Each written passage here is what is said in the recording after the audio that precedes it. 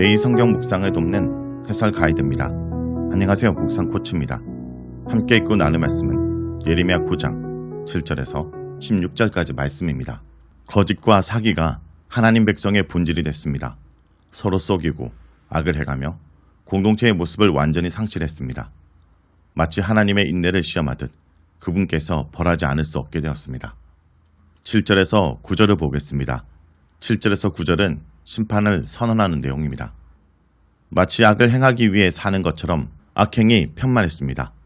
거짓과 속임수가 사회의 규범인 것처럼 일상적으로 행해졌습니다.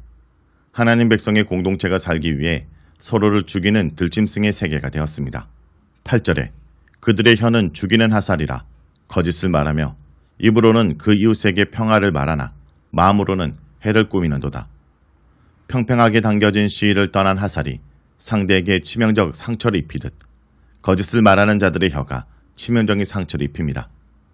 겉으로는 친근하게 평화를 말하지만 마음속으로는 이웃에게 해를 끼칠 악한 계획을 세웁니다. 다정하게 인사하며 상대를 함정에 빠뜨립니다. 웃는 얼굴의 거짓 혀는 죽이는 화살과 같이 치명적입니다. 하나님께서 당혹감과 분노 가운데 행동에 나서십니다. 징계를 통해 죄악을 제거하기로 결심하십니다.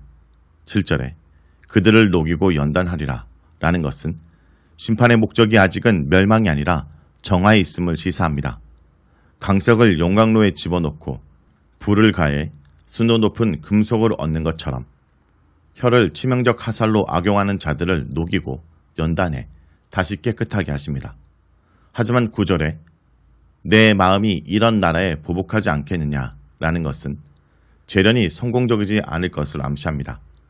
8절의 고발을 중심으로 내 딸 백성이 이런 나라와 바뀝니다. 전자는 징계를 피할 수 없게 된 유다에 대한 안타까움과 연민을 담고 있습니다. 후자는 거리감과 단호함을 오히려 보여줍니다.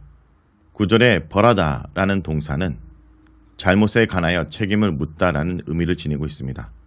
보복하다는 악한 자들을 보복하시고 세상을 다시 회복하시는 하나님의 정의를 뜻합니다.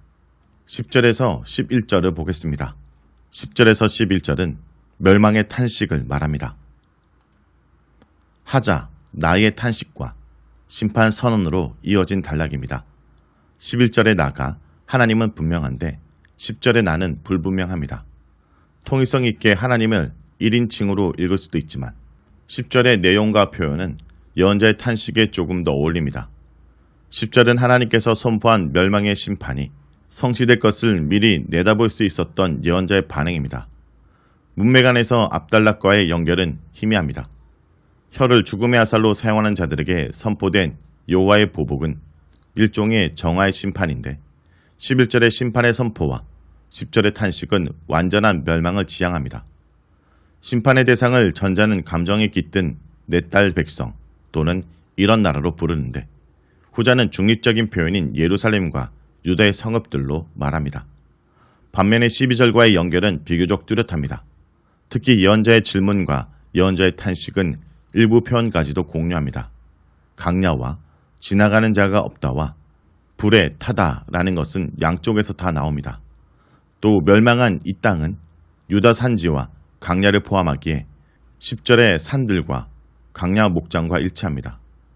요약하자면 현재의 위치에서 10절에서 11절은 예언자가 멸망의 원인에 관해 질문하는 12절의 배경 역할을 담당합니다. 죽은 자를 위해 애곡하듯 예언자가 예루살렘과 유다의 멸망을 애통해하며 애가를 부릅니다. 한때 사람들이 가축을 키웠던 푸른 산들과 강야의 목촉지가 완전히 폐허가 되어 사람들도 없고 가축의 울음소리도 들리지 않았습니다. 하늘의 새부터 땅의 짐승에 이르기까지 모두 도망쳐버렸습니다. 산들과 강야의 목초지가 들짐승도 살아갈 수 없을 정도로 초토화되었습니다. 예언자가 산들과 강야 목초지를 두고 울부짖으며 애가를 부르는 이유는 하나님께서 완전한 멸망을 결정하셨기 때문입니다.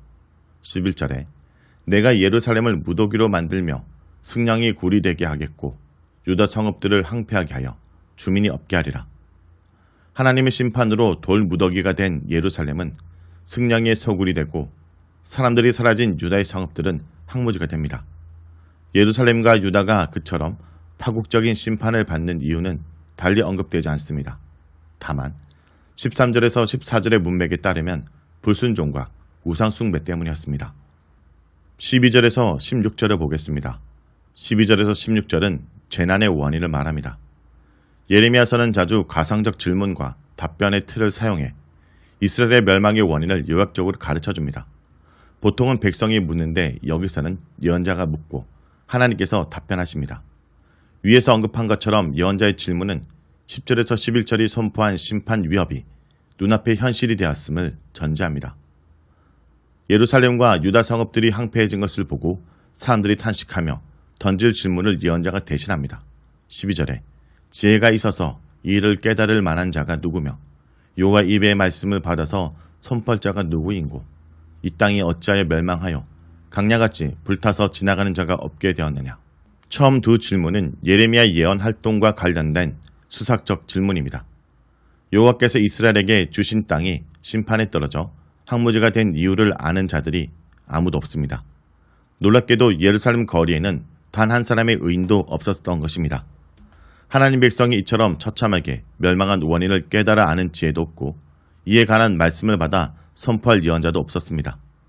예루살렘과 유다가 강야처럼 초토화된 현실 앞에서 지혜자들과 많은 예언자들은 할 말을 잃고 그저 망연자실할 뿐입니다. 원인을 모르면 치유가 불가능하기에 상황은 아주 절망적입니다. 많이 늦었지만 그들은 이제라도 예레미야가 여호와의 입이 있었음을 인정하고 예언자의 선포를 들어야만 했습니다. 어찌하여로 시작하는 세 번째 질문은 예언자의 좌절과 절망과 연민을 담고 있는 질문입니다. 어떻게 하나님께서 주신 땅이 이처럼 불타서 사람이 살 수 없는 황무지가 되었단 말인가? 심판 선포의 성취이기는 하지만 그래도 눈앞의 현실이 너무나 참담합니다. 멸망의 원인에 관한 여호와의 답변은 예레미야가 지금까지 선포한 내용의 요약입니다. 13절에서 14절 이는 그들이 내가 그들 앞에 세운 나의 율법을 버리고 내 목소리를 순종하지 아니하며 그대로 행하지 아니하고 그 마음의 완악함을 따라 그 조상들이 자기에게 가르친 바알들을 따랐습니다. 이스라엘은 시내산에서 언약을 맺었을 때 주어진 율법을 버렸습니다. 준수하면 생명과 축복이 주어지는 율법을 버린 대가로 죽음과 저주가 그들에게 임했습니다. 이스라엘은 하나님의 가르침 안에서 걷기를 거절하고 조상들의 길을 따라 오직 바알을 섬겼습니다. 우상 숭배에 있어 이스라엘은 조상들의 가르침에 충실했습니다. 오래전부터 하나님을 배반하고 우상들을 섬기며 멸망의 길을 걸어갔습니다. 15절에서 16절에는 시점이 바뀌어 다시 멸망 이전의 현재 상태에 대한 기술로 돌아옵니다. 만군의 여호와 이스라엘의 하나님께서 불순종과 우상 숭배의 길을 간 유다 백성에게 심판을 선고하십니다. 하나님께서 이 백성에게 쓴 쑥을 먹이고 독이 든 물을 마시게 해서 멀리 이방 민족들 가운데로 흩어지게 하십니다. 멸망과 유배가 심판의 정점이기는 하지만 그 끝은 아닙니다. 하나님은 먼 곳으로 쫓겨난 유다 백성에게 칼을 보내 그들을 진멸하십니다. 누구도 그분의 심판에서 목숨을 구하지 못합니다. 조상 대대로 불순종하며 우상을 섬긴 이스라엘의 완악함을 따라 하나님은 철저하게 그들을 심판하십니다. 그들과 그들의 조상이 알지 못하던 여러 나라는 문자 그대로 그들이 모르는 나라들을 의미하지 않습니다. 여기서 알지 못함의 모티브는 공간적 거리감과 심리적 두려움을 포함하고 있습니다. 멀리 있어 알지 못하고 알지 못하기에 그들은 더욱 두렵게만 느껴집니다. 자, 여기까지가 예레미야 9장 7절에서 16절까지 말씀입니다. 오늘 말씀을 통해 우리는 무엇을 묵상하고 적용해야 할까요? 하나님을 떠나서는 안전할 수 없습니다. 하나님의 임재 장소가 강야가 되고 백성이 조상이 모르는 땅으로 잡혀가 진멸된 이유는 이스라엘의 우상 숭배 때문이었습니다. 그들은 하나님을 떠나 조상이 가르친 바알을 섬겼습니다. 하나님을 생명의 안전의 원천으로 인정하지 않았습니다.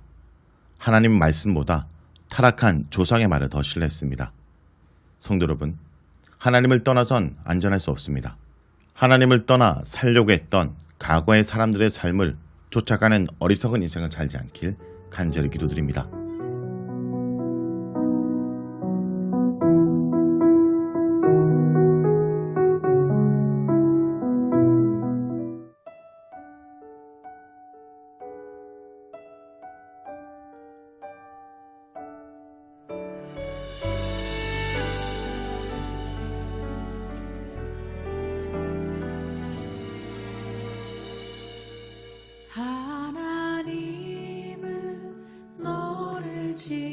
계시